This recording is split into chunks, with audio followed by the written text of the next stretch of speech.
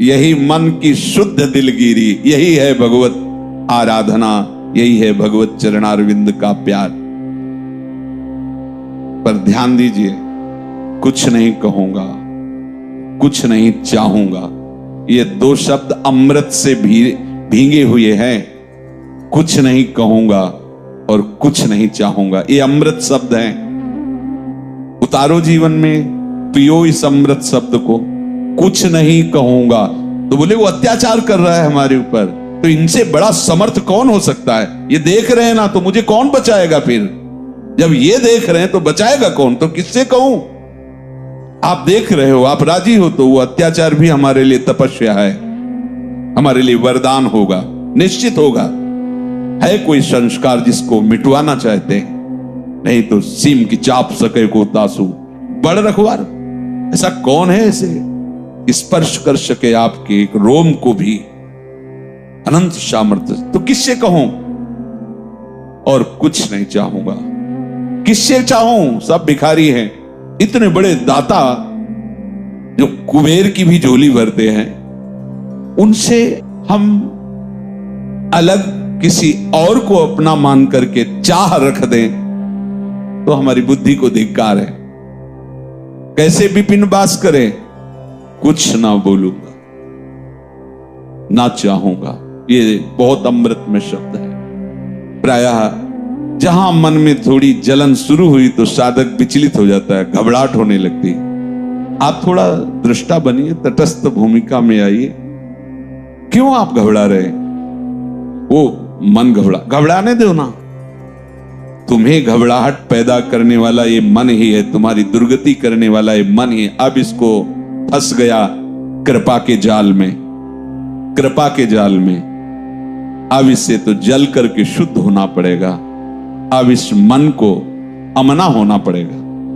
अमना, मरा हुआ मन का परिचय अमना। चाहे जितना विषय संयोग आ जाए, उसको इच्छा ही नहीं होगी। मीटे पर आस, उपासना में क्या मिटाना है? कुछ ना चाहूंगा। मीटे पर आस, दूसरे से सहयोग लेने की भावना का त्याग। बने तो रघुवर ते बने, बिगड़े तो भरपूर, और तुलसी औरन ते बने, ता बनिबे पे धूल। बिल्कुल सहज सिद्धांत है। कोई भी जो सहयोग कर रहा है मेरे प्रभु से प्रेरित होकर, मेरा विधान केवल मेरे मालिक से चल रहा है, हम किसी और को नहीं मानेंगे, कोई और है ही नहीं उनके सिवा। अगर ऐसा कि अमुक मेरे हैं, उनके द्वारा मेरा भरण पोषण, तो अभी शरणागति में बाधा है। ठीक है, वही कर रहा है, पर हम मानेंगे वही कर रहा है, उसी के द्वारा विधान। कल से तुम आना बंद कर दो, कल से मिलना बंद कर दो, देना बंद कर दो, तो हम दोबारा तुम्हारे को फोन नहीं करेंगे, सूचना नहीं देंगे, क्योंकि हम इनके आश्रित हैं, ये किसी और से करवा देंगे। इनका ना करवा दे, प्राण चले जाए, इनके लिए समर्पित हैं। ये मीटे पर आस, दूसरे की आस, और खास पूरन सबूरी। खास बात यह है कि ऐसा धैर्य होना चाहिए, सबूरी होनी चाहिए। कहत कबीर सुनो भाई साधु, साहब मिलत सबूरी में, मन लागो यार फकीरी। साहब मिलत सबूरी में, शांत। वास्तविक तुम्हें कुछ नहीं चाहिए। ये जो अन्नमय कोश है, स्थूल शरीर, इसके लिए जो अन्न चाहिए वो उनका ठेका है। जो प्राणों के लिए वायु और जल चाहिए, ये इनका ठेका है। जो हमें चाहिए वो आवश्यक है, जो सबको देते हैं वो तो को भी दे हैं। अरे जब दांत रहते तब दूध दियो है। देखो, जब पैदा हुए थे तो हमारे लीवर में इतनी सामर्थ्य नहीं थी कि हम बाहरी बलिष्ठ पदार्थ पचा सके। तो वात्सल्यमयी जननी के वक्षा स्थल में ठीक उतना ही गर्म, उतना ही मीठा और इतना सुपाच्य आहार पहले से ही रख दिया था भगवान ने, पैदा होने के पहले। और पैदा होते ही वो सुपाच्य आहार, मां का वात्सल्य भरा दुग्ध पान करके। किसने व्यवस्था की थी? किसी डेयरी से या किसी ज्ञानी विज्ञानी के द्वारा? नहीं, प्रभु ने पहले ही हर जीव की हर जीव की पैदा होने के पहले व्यवस्था कर। अब काहे को तू परेशान हो रहा है? जब दांत न थे तब दूध दियो, अब दांत है तो को अन्न भी दे हैं, जल में थल में नभ में पशु पक्षिन को दे तो को भी दे हैं। काहे को तू परास कर रहा है? खास बन प्रभु का खास बन। कैसे बना जाता है? बोले सबूरी, धैर्य धारण कर। पूर्ण सबूरी है, पूर्ण धैर्य पूर्वक। ये कोई भी हमें डिगाना चाहे, पर आस नहीं होनी चाहिए। हर समय विचार परायण उपासक रहे। जैसी भी परिस्थिति में हो, विचार नकारात्मक न होने पावे। केवल अपने आराध्य देव के अनुकूल, प्रतिकूलस्य वर्जनम। इतने दिन से भगवान में लगे हैं, उन्होंने ऐसा कर दिया, वो तो सामर्थ्यशाली थे, ऐसा भी कर सकते थे, ऐसा क्यों नहीं आना चाहिए। वो वही कर रहे हैं जिससे परम मंगल हो रहा है। सत्य मानिए, परम मंगल। कहे चरण दास दीन दुनिया में पुकार, सब आसान यार मुश्किल फकीरी है। ये जो भगवत मार्ग है वो उल्टा है और कठिन इसीलिए है कि हम अपने बल से चलना चाहते हैं। यदि हम सदगुरुदेव की आज्ञा पर अपने जीवन को समर्पित कर दे तो चलना ही नहीं पड़ेगा। जैसे नौका में बैठा हुआ राहगीर बिना प्रयास के दरिया को पार कर जाता है, ऐसे परमार्थ का पथिक गुरु वचन रूपी नौका में बैठकर भव समुद्र को सहज में पार हो जाता है। हमारे हृदय में ये बात बैठ जानी चाहिए कि शास्त्र और गुरु आज्ञा से ही हमारा परम मंगल होने वाला है, हमारी किसी क्रिया आदि से नहीं। तो भगवान उपदेश कर रहे हैं कि जो आज्ञा हो उसके अनुसार कार्य करो। कर्तव्य कर्म उसे ही कहते हैं। अब उस कर्तव्य कर्म में ये सावधानी रखनी है, कर्तव्य कर्म पूरा हो ना पूरा हो, समझना। अनुकूल परिणाम मिले या प्रतिकूल परिणाम मिले, लोग निंदा करने लगे या यश करने लगे, मुझे बिल्कुल उधर नहीं देखना है। जो आज्ञा और जैसे चलाया जा रहा है बस। देखो अभी कहा ना, कठिन है भगवत मार्ग। इसीलिए कठिन है कि हम अपनी मान्यता का आरोप करते हैं। योगस्थः कुरु कर्माणि संगम त्यक्त्वा धनंजय, सिद्ध असिद्धयो समो भूत्वा समत्वं योग उच्यते। हे धनंजय, तू आसक्ति का त्याग करके सिद्धि और असिद्धि में सम होकर योग में स्थित हुआ कर्मों को कर, क्योंकि समत्व ही योग कहा जाता है। संगम त्यक्त्वा, हमें किसी भी कर्म से कोई मतलब नहीं, समझना। जो आज्ञा है वो मुझे करना है। जैसे पीछे जो उदाहरण दिए, जो आज्ञा है, शास्त्र आज्ञा, गुरु आज्ञा, ये करना है बिना ही विचारे। हमें उस कर्म से मतलब नहीं, हमें आज्ञा से मतलब। वो कर्म हुआ कि आप नाली साफ करो या आप सुहनी लगाओ या आप पादुका साफ करो। आए थे भजन में, माला लेकर भजन में कहते हैं कि जूता साफ करो, कहते हैं गाय चरा के लाओ। जो उपनिषदों में पढ़ के देखो, आप जाओ ऐसा करके ऐसा करो। वो क्या कह रहे हैं बस उतना ही हमें करना है, हमें आगे विचार नहीं करने। देखो यदि इस माया बंधन से मुक्त होना चाहते हो तो बहुत ध्यान से सुनना, यही हम फंसे हैं। किसी भी कर्म से, तभी पीछे कहा कर्म से भगवत प्राप्ति नहीं होती, कर्म योग से भगवत प्राप्ति होती है। जो गुरुजनों की आज्ञा के अनुसार गुरुजनों के लिए, शास्त्र गुरुजनों के लिए कर्म किया, उसे योग कहते हैं। क्योंकि उनकी आज्ञा पर चलने पर विषमता पर विजय प्राप्त करके वो सम हो जाता है, क्योंकि उसको उस क्रिया से मतलब नहीं, आज्ञा हुई है।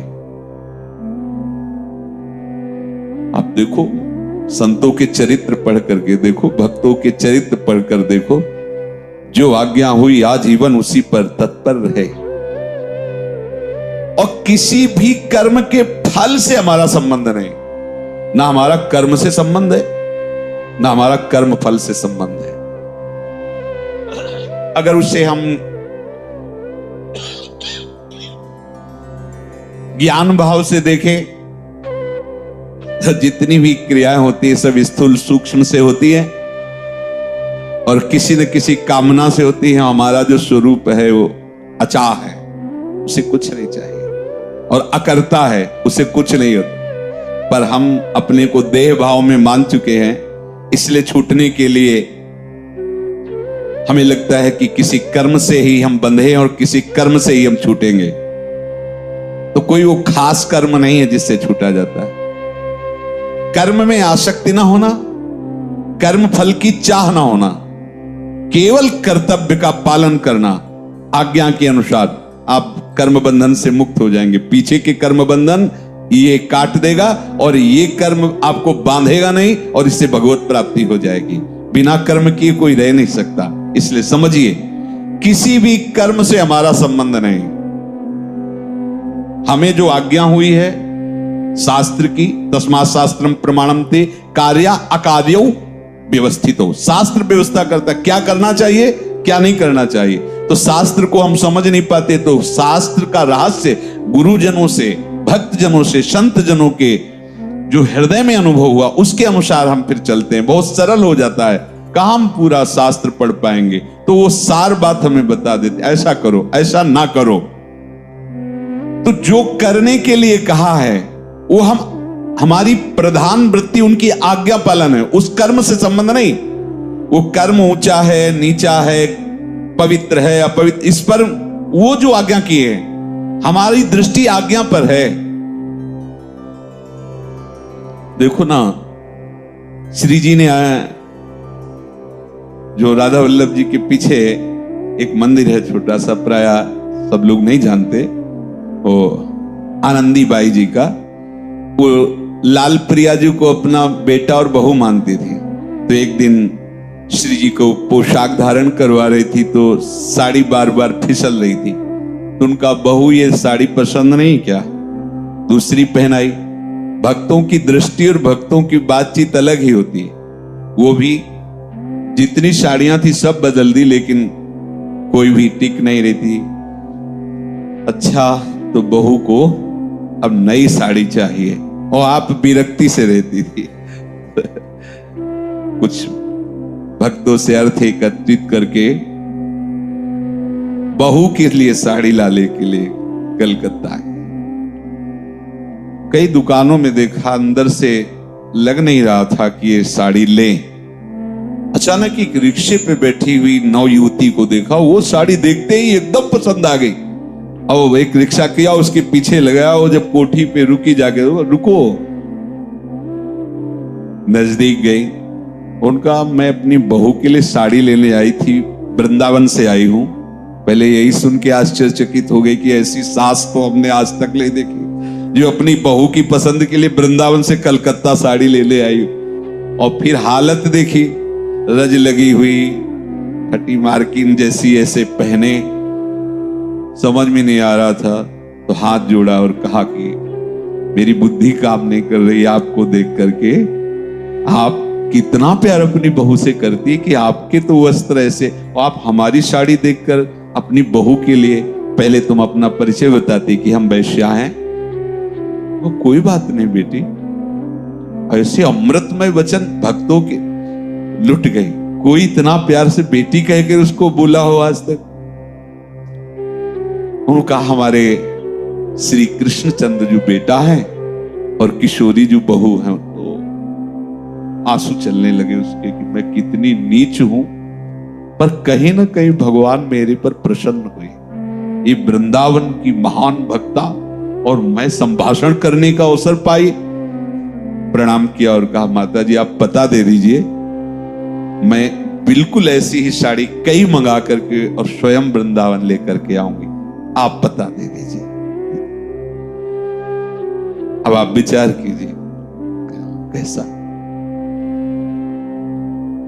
कृष्णदास जी आगरा ठाकुर जी की सेवा के लिए सौंज लेने गए तो देखा बहुत से लोग घेरे हुए हैं, मंडलाक और भीड़ लगी। ऐसे कौतूहल में अंदर गए तो देखा एक वैश्या नवयुवती नृत्य कर रही और लोग मुद्राएं देकर मनोरंजन कर रहे हैं। ये भी अधिकारी जी थे सेवा की, अर्थराशि थी ही, लेने ही गए थे ठाकुर जी की सेवा सामग्री। अंदर से प्रेरणा हुई और वैश्या को देखते ही रहे। नवयुवती वैश्या नृत्य करते हुए ऐसे दृष्टि की तो देखा है तो रिझवार लग रहा है। प्यार भरी दृष्टि में अपनापन जो होता है वो आकर्षित करता है। वो भी बार बार देखने लगी तो इन्होंने उस समय 10 मुद्रा निकाली ऐसे, वो आई और नजदीक लिया। देख करके इनके हृदय में एकदम आकर्षण पैदा हुआ कृष्णदास। और उनका, हम जहां रुके हुए हैं, हम बहुत बड़े मालिक के सेवक हैं, हम तुम्हारी इच्छा पूर्ति कर दें, जितनी तुम्हें मुद्रा चाहिए आप वहां हमारे यहां आइए अपने समाज के सहित और हमें सुनाइए जो मुद्रा। राजीव उसका तो काम था, वो आई। फिर देखा तो उनका, देखो हम तो अपने बादशाह के बहुत छोटे से सेवक हैं, हम जो तुम्हें इतनी एकाग्रता से देख रहे थे वो तुमसे, तुम्हारे रूप पे नहीं रिझे, तुम्हारी जो हाव भाव है, विषयी प्राणियों को तुम रिझा रही हो। अगर हमारे बादशाह को रिझा लो तो निहाल हो जाओगी, फिर दूसरे को रिझाना नहीं पड़ेगा। तो उसने, आप जैसा कहें, बोले 1000 स्वर्ण मुद्रा आप अपने परिकर को आओ। उसने कहा हमें कहा देना, साथ ही ले चलो, मुद्रा में तो साथ ही ले चलो। लाए। क्रिया कैसी है बाहरी देखने में, गिरिराज जी की तलहटी में, अब संत समाज में फैल देख लो, बड़ी विचित्र भगवान की माया। बूढ़े होने चले अधिकारी जी कृष्णदास जी और वो वैश्या को लेके आए। कितनी गंदी वृत्ति इसमें उदय होती कि वैश्या पास में झोपड़ी में रखते हैं, किसी की पर न निंदा की न स्तुति की। गिरिराज जी के समस्त कुंडों में उसको स्नान करवाया और फिर पद सिखाया। और हाव भाव चतुरता रिझाने की तो उसमें स्वाभाविक जन्म जाती थी। और जब पूरा तैयार कर लिया तब बोले चलो आज अपने बादशाह के दरबार में ले चलते हैं। लाए श्रीनाथ जी के सामने और कहा भेंट लाया हूं प्रभु आगरे से। अंदर से कहा स्वीकार। और उसने कहा इनको तुम रिझा लो, हमारे ये ऐसे बादशाह रिझवार हैं कि रीझ गए तो निहाल कर देंगे। समझ गई कि प्रभु की अपार कृपा मुझ मंदभाग्य पर हो गई। जैसे ही आलाप लेकर के गाना प्रारंभ किया तो श्रीनाथ जी के विग्रह की जगह श्रीनाथ जी। क्यों? क्योंकि भक्त ने कहा भेंट लाए हैं, स्वीकार करो। यही तो संत सदगुरुदेव की आज्ञा और वचनों का चमत्कार होता है। पूरा पद करके जे ही प्रणाम मुद्रा में हुई, वो ललित त्रिभंगी कोटि मनमथ मनमथ रूप देखा, प्राण छूट गए वही, और भगवान की नित्य सेवा में पहुंच गए। हमें आज्ञा पर दृष्टि रखनी, क्रिया पर नहीं। क्या आज्ञा, बस एक खास बात समझना है, नहीं हर कर्म बंधनकारी है, चाहे जितना शुभ हो वो भी बांध देगा। सोने की जंजीर है वो, और अशुभ कर्म लोहे की जंजीर है। लेकिन कर्म करते हुए कर्म बंधन में ना फंसे, ये कला शास्त्र सदगुरुदेव की आज्ञा के अनुसार, उनकी आज्ञा पर महत्व बुद्धि, ना कर्म पे ना कर्म के फल में। इसका क्या फल है गुरुदेव जाने, ये क्या कर्म के लिए आदेश गुरुदेव जाने। उनके श्रीमुख से निकला हुआ वचन हमारे लिए परम कर्तव्य है। शास्त्र सदगुरुदेव यही हमें कर्म जाल से मुक्त करते हैं। किसी भी कर्म में, किसी भी कर्म के फल में और किसी भी देश में, काल में, घटना में, परिस्थिति में, अंतःकरण में, बहिकरण में तेरी बिल्कुल आसक्ति नहीं होनी चाहिए। अब अखंड वृंदावनवासी सब साधक है। श्री जी के लिए पोशाक लानी, श्री जी के लिए चलो दिल्ली जाओ, गए। एक बार भी थोड़ी कहा कि हमने तो अखंड वृंदावनवासी, हम तो सीमा के बाहर नहीं जाए, किसी भी देश में, किसी भी काल में नहीं। आज अमुक तिथि है, अमुक पवित्र उत्सव है, आप हमें बाहर भेज रहे हो। किसी भी घटना, किसी भी परिस्थिति, अंतःकरण या बहिकरण, इससे हमारा कोई संबंध नहीं। आज्ञा